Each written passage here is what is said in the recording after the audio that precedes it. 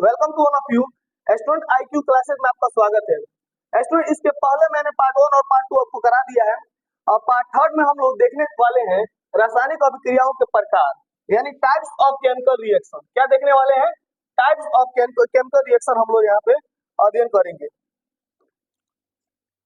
तो रासायनिक अभिक्रिया कितने प्रकार की होती है? संयोजन अभिक्रिया, वियोजन अभिक्रिया, विस्थापन अभिक्रिया, द्विविस्थापन अभिक्रिया, संक्षेपण अवक्षेपण अभिक्रिया, है ना, उपचयन अभिक्रिया, अपचयन अभिक्रिया, रेडॉक्स अभिक्रिया, ये सभी चीजों के बारे में हम यहाँ पे क्या करेंगे तो डिस्कस करेंगे एक एक करके। तो चलिए इसको हम शुरू करते हैं। चलिए रासायनिक अभिक्रियाओं के प्रकार देखिए, रासायनिक अभिक्रिया जब होती है ना तो बहुत सारे प्रकार की रासायनिक अभिक्रिया होती है। कभी कभी दो पदार्थ जुट के बना लेता है, कभी एक एकल पदार्थ टूट जाता है, कभी अवक्षेप का निर्माण होता है, कभी ऑक्सीजन की वृद्धि होती है, कभी हाइड्रोजन का ह्रास होता है। तो इसी सब आधार पे रासायनिक अभिक्रियाओं को बांटा गया है। तो एक एक करके हम सबको डिस्कस करेंगे। देखिएगा ध्यान से यहाँ पे देखिए, यहाँ पे पहले कुछ लिखा है, इसको पढ़ देते हैं। कक्षा 9 में हमने अध्ययन कर चुके हैं रासायनिक क्रिया के समय किसी एक तत्व का परमाणु दूसरे तत्व के परमाणु में नहीं बदलता है, न तो कोई परमाणु मिश्रण से बाहर जाता है और न ही बाहर से मिश्रण में आता है। वास्तव में किसी रासायनिक अभिक्रिया में परमाणुओं के आपसी आवरण के टूटने एवं जुड़ने से नए पदार्थों का निर्माण होता है। यदि टूटता है तभी नया पदार्थ और जुड़ता है तभी नए पदार्थ का निर्माण होता है। परमाणुओं के बीच विभिन्न प्रकार के आबंध के बारे में आप 3 और 4 में अध्ययन करेंगे, तीसरा चैप्टर और चौथा चैप्टर में अध्ययन करेंगे। लेकिन फिलहाल में इसको देखिए लोग, ये देखो ये एक क्रियाकलाप है, इसको भी आपको माइंड में रखना है। क्रियाकलाप क्या कह रहा है देखिएगा ध्यान से। क्रियाकलाप है कि ये एक बीकर लिया गया है और बीकर में ये जल डाला गया है। ये क्या दिखा रहा है? एक जल डाला गया है और इसमें कैल्शियम ऑक्साइड डाला गया है। क्या डाला गया है? कैल्शियम ऑक्साइड, CaO डाला गया है। क्या डाला गया है? CaO।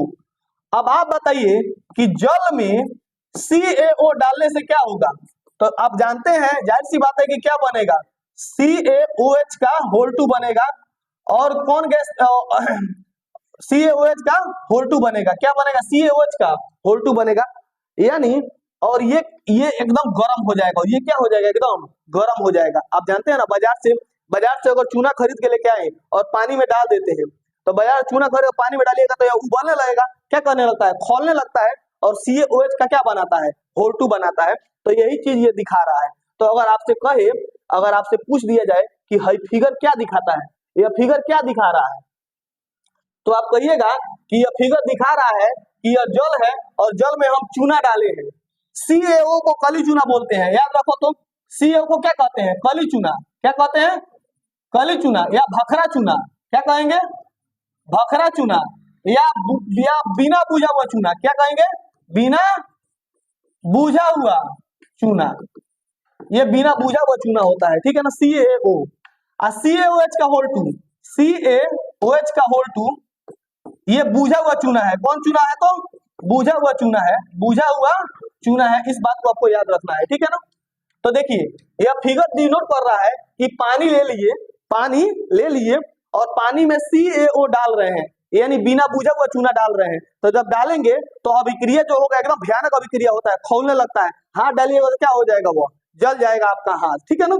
तो यही यह दिखाने का क्या करता है तो कोशिश करता है। यहाँ पे लिखा भी हुआ है कि जल के साथ कैल्शियम ऑक्साइड यानी चूना कैसा चूना? बिना बुझा हुआ चूना की अभिक्रिया कराने से बुझे हुए चूने का निर्माण होता है। यानी आप सिंपल बताइए, सिंपल में याद रखेगा, ये CaO है भाई, बुझा हुआ है क्या? नहीं बुझा हुआ है। क्यों नहीं बुझा हुआ है? क्योंकि पानी से इसको भेंटा नहीं हुआ है।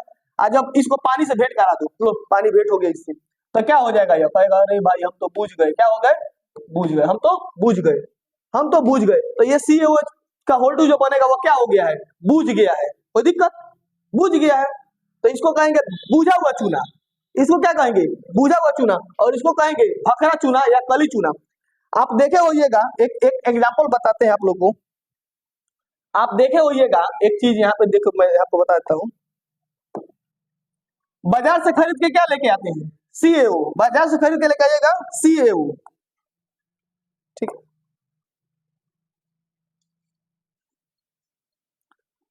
आइए इसको पानी में डाल देते हैं। क्या करते हैं? पानी में डाल देते हैं। पानी में डालने के बाद यह क्या हो जाता है? बुझ जाता है। या क्या होता है? बुझ जाता है। या क्या होता है? बुझ जाता है। फिर इसको क्या कहते हैं, हम इसी को लेकर क्या करते हैं, दीवार पे पोतते हैं। इसको क्या करते हैं, दीवार पे पोतते हैं। तो इसको हम दीवार से पोतते हैं, ये दीवार पर हम पोतते हैं। अब पोतते हैं तो आसपास के कार्बन डाइऑक्साइड इसके साथ क्या कर लेता है, अभिक्रिया कर लेता है। जब पोत देते हैं तो आसपास के कार्बन डाइऑक्साइड अभिक्रिया कर लेता है और बनाता है एक चमकीला पदार्थ। क्या बनाता है, CaCO3। CaCO3 और क्या बनाएगा, तो यह जल बनाएगा। यह क्या करता है, तो CaCO, संगमरमर का फॉर्मूला है, संगमरमर। तो CaCO3 किसका फॉर्मूला होता है, संगमरमर का फॉर्मूला होता है। कैल्शियम, इसको बोलेंगे कैल्शियम कार्बोनेट। इसको क्या बोले पढ़ेंगे, कैल्शियम कार्बोनेट। क्या पढ़ेंगे बाबू साहब, बोलो तो, कैल्शियम कार्बोनेट। CO3 को कहते हैं कार्बोनेट, Ca से होता है कैल्शियम, कैल्शियम कार्बोनेट। यह बहुत ज्यादा चमकीला होता है, यह बहुत ज्यादा क्या होता है, चमकीला होता है। ताजमहल किससे बनाया गया है, यही CaCO3 के पत्थर से बनाया गया है, जो इतना चमकता है। ठीक है, समझ गया ना। ये क्या है, बिना बुझा हुआ चूना, ये जल से अभिक्रिया करा, बना लिया बुझा हुआ चूना। और ये बुझा हुआ चूना को कार्बन डाइऑक्साइड पोतते हैं तो ये CaCO3 बना लेता है। क्वेश्चन कहेगा एक पदार्थ X का उपयोग, समझिएगा, एक पदार्थ X के विलयन का उपयोग सफेदी करने के लिए होता है। तो X के विलयन का उपयोग ना, तो यानी CaO कहेगा, CaO का विलयन का उपयोग। क्वेश्चन मत कंफ्यूज होइएगा।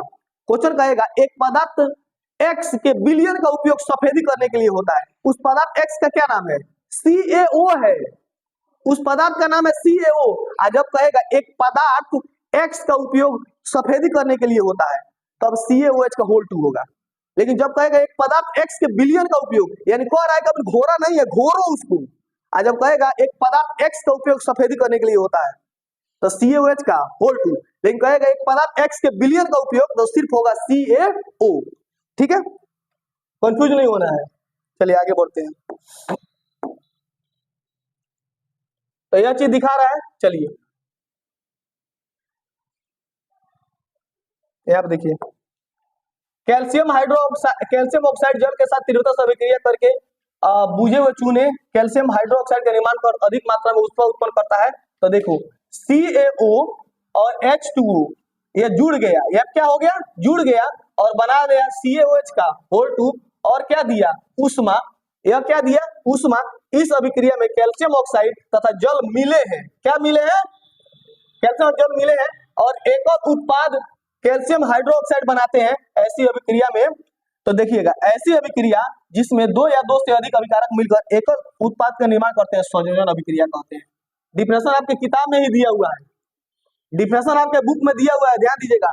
ऐसी अभिक्रिया जिसमें दो या दो से अधिक अभिकारक मिलकर एक और उत्पाद का निर्माण करते हैं, उसे क्या कहते हैं, संयोजन अभिक्रिया कहते हैं। और यह अभिक्रिया किसका एग्जाम्पल है, संयोजन अभिक्रिया का एग्जाम्पल है, संयोजन अभिक्रिया का एग्जाम्पल है।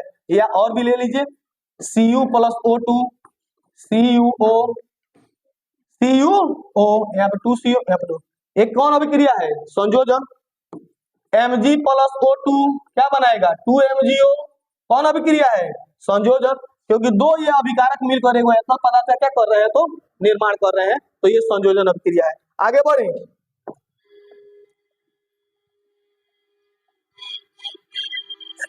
जो मैंने बताया है वह चीज यहाँ पे लिख दिया, जो मैंने बताया वो चीज यहाँ पे लिख दिया कि ये CaO2 जब बुझ जाता है तो हम जब पोत देते हैं दीवार पे, कार्बन डाइऑक्साइड गैस से अभिक्रिया कर लेता है और क्या बनाता है, संगमरमर बनाता है और कोची बनाता है, जल बनाता है। क्या बनाता है, तो जल बनाता है। कोई दिक्कत, चलिए आइए संयोजन अभिक्रिया कुछ और एग्जाम्पल की चर्चा करें। C प्लस O2 क्या बनाएगा, CO2 बनाएगा। ये कौन अभिक्रिया है, संयोजन अभिक्रिया है। आपके किताब में दिया गया है, आप बढ़िया से देखिएगा। देखो, self study is the best study.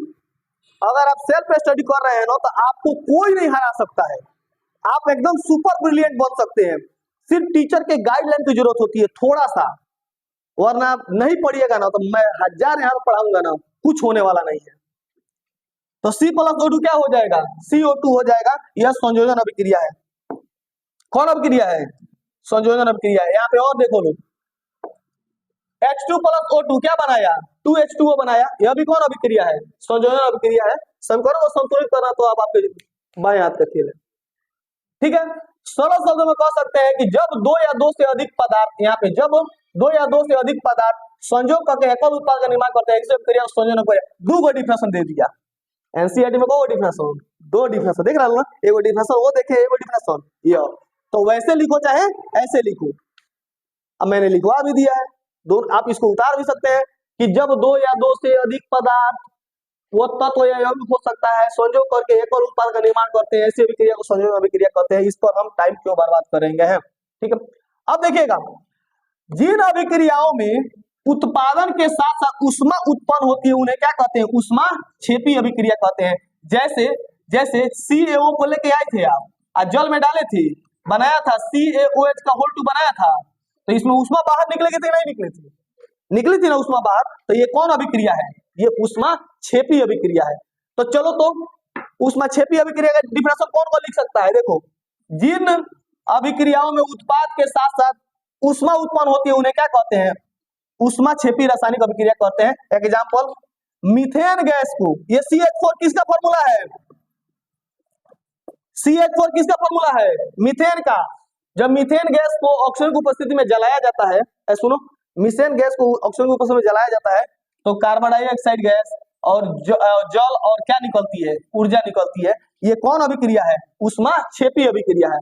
तो ऊष्मा क्षेपी अभिक्रिया का एग्जांपल देख लीजिए, CH4 मीथेन गैस ऑक्सीजन की उपस्थिति में जलाया जाता है तो यहाँ पे क्या निकलती है, तो ऊष्मा बाहर निकलती है, तो ये ऊष्मा क्षेपी अभिक्रिया है। कोई दिक्कत? क्या आप जानते हैं कि श्वसन एक ऊष्मा क्षेपी अभिक्रिया है? बिल्कुल जानते हैं। देखिए क्वेश्चन पूछ देगा कि श्वसन कैसी अभिक्रिया है, श्वसन एक ऊष्मा क्षेपी अभिक्रिया है। श्वसन एक ऊष्मा क्षेपी अभिक्रिया क्यों है, तो ध्यान दीजिए, हम जो भी कुछ खाते हैं वो हमारे दांतों के द्वारा छोटे छोटे टुकड़ों में तोड़ा जाता है, ठीक है ना। उसके बाद क्या होता है, यह हमारे शरीर में क्या होता है, टूटता है, ग्लूकोज टूटता है और हमें क्या मिलता है, तो ऊर्जा मिलती है। यही ऊर्जा से हम काम करते हैं, इसीलिए श्वसन एक ऐसी अभिक्रिया है तो ऊष्मा क्षेपी अभिक्रिया है। देखिए यहाँ पे लिखा हुआ है, यहाँ पे डिफिनेशन लिखा गया है कि श्वसन एक ऊष्मा क्षेपी अभिक्रिया क्यों है, इसको आप लिख लीजिएगा लोग कॉपी में। क्वेश्चन लिखवाने की भी जरूरत नहीं है, सब चीज किताब में दिया हुआ है, आप तैयारी तो कीजिए, आप पढ़िए तो सही। देखो, क्या आप जानते हैं कि श्वसन एक ऊष्मा क्षेपी अभिक्रिया है? देखो, हम जीवित रहने के लिए ऊर्जा की आवश्यकता होती है। यह ऊर्जा हमें कहाँ से मिलती है, भोजन से मिलती है। जब पाचन क्रिया होता है तो खाद्य पदार्थ छोटे छोटे टुकड़ों में क्या होते हैं, टूटते हैं। अरे पाचन का मतलब होता है कि बड़े अणुओं का सरल अणुओं में क्या होना है, टूटना। तो बड़े अणु छोटे अणु में क्या करते हैं, टूटते हैं। जैसे चावल, आलू, ब्रेड कार्बोहाइड्रेट होता है। चावल, आलू, ब्रेड में क्या होता है, कार्बोहाइड्रेट होता है। तो जब ये टूटते हैं, इन कार्बोहाइड्रेट टूटने से क्या बनता है, ग्लूकोज बनता है। क्या बनता है, ग्लूकोज बनता है। और यह ग्लूकोज हमारे शरीर की कोशिकाओं में उपस्थित ऑक्सीजन से मिलकर, और यह ग्लूकोज क्या करता है, हमारे शरीर में उपस्थित कोशिकाओं से मिलकर क्या बनता है, तो हमें क्या देता है, ऊर्जा देता है। इन अभिक्रियाओं का विशेष नाम श्वसन है, जिसका अध्ययन आप अध्याय 6 में करेंगे। तो यहाँ से लिखो, ऊर्जा प्रदान करता है, इसलिए श्वसन एक ऊष्मा क्षेपी अभिक्रिया है। लिख लीजिएगा, आपके किताब में दिया है। क्वेश्चन लिखिएगा, क्वेश्चन आएगा कि श्वसन एक ऊष्माक्षेपी अभिक्रिया है क्यों, कहेगा क्वेश्चन कि श्वसन एक ऊष्माक्षेपी अभिक्रिया है क्यों, तो आप कहिएगा हम जीवित रहने के लिए जो भी चीज खाते हैं, है ना, जैसे चावल खाए, दाल खाए, रोटी खाए, सब में कार्बोहाइड्रेट होता है। कार्बोहाइड्रेट के टूटने से ग्लूकोज मिलता है, और ग्लूकोज हमारी कोशिकाओं से मिलकर हमें क्या प्रदान देता है, तो ऊर्जा प्रदान करता है। इसीलिए श्वसन एक कैसी अभिक्रिया है, तो ऊष्माक्षेपी अभिक्रिया है। कोई दिक्कत है? यहाँ पे लिखा हुआ है हम सभी जीवित रहने के लिए ऊर्जा की आवश्यकता होती है। यह ऊर्जा हमें भोजन से प्राप्त होती है। पाचन क्रिया के दौरान खाद्य पदार्थ छोटे टुकड़ों में टूट जाता है। जैसे जो भी कुछ खाते हैं, कार्बोहाइड्रेट के टूटने से ग्लूकोज बनता है, और ग्लूकोज हमारे शरीर की कोशिकाओं में उपस्थित ऑक्सीजन से मिलकर हमें ऊर्जा प्रदान करता है। इसीलिए श्वसन एक ऊष्माक्षेपी अभिक्रिया है। कोई दिक्कत? एग्जाम्पल लिख लीजिएगा। तो ये ग्लूकोज का फॉर्मूला है, या किसका फॉर्मूला है? अरे नहीं जानते हैं तो जान जाइए, C6H12O6 ग्लूकोज का फॉर्मूला है। किसका फॉर्मूला है? ग्लूकोज का फॉर्मूला है। और ग्लूकोज किस में पाया जाता है? चावल में, चावल में, रोटी में, है ना, इस सब चीजों में, आलू में, पोटैटो में, स्वीट पोटैटो में, इस सब में कार्बोहाइड्रेट पाया जाता है। तो ये जब टूटता है तो ये बनाता है 6CO2 जल बनाता है, और यहाँ पे क्या निकलती है, तो ऊर्जा निकलती है। तो ऊर्जा निकलती है। तो ये एक ऊष्माक्षेपी अभिक्रिया का भी एग्जाम्पल है। या किसका एग्जाम्पल दे दिए? ऊष्माक्षेपी अभिक्रिया का एग्जाम्पल भी आपको हमने दे दिया। तीसरा देखना लो, तीसरा देखना, शाक सब्जियों का विघटित होकर कंपोस्ट बनना भी ऊष्माक्षेपी अभिक्रिया है। ऊष्माक्षेपी अभिक्रिया श्वसन तो है ही, और शाक सब्जी का विघटित होकर कंपोस्ट बनना भी कौन अभिक्रिया है? तो ऊष्माक्षेपी अभिक्रिया है। जब ये कंपोस्ट होती है तो क्या निकलता है? उससे ऊर्जा निकलती है। तो कहिएगा शाक सब्जियों का विघटित होकर कंपोस्ट बनना भी कौन अभिक्रिया है? ऊष्माक्षेपी अभिक्रिया है। चलिए, अब एक तो यहाँ पे एक लड़की है, इसके बारे में देखिएगा, ये लड़की क्या कर रही है। ये लड़की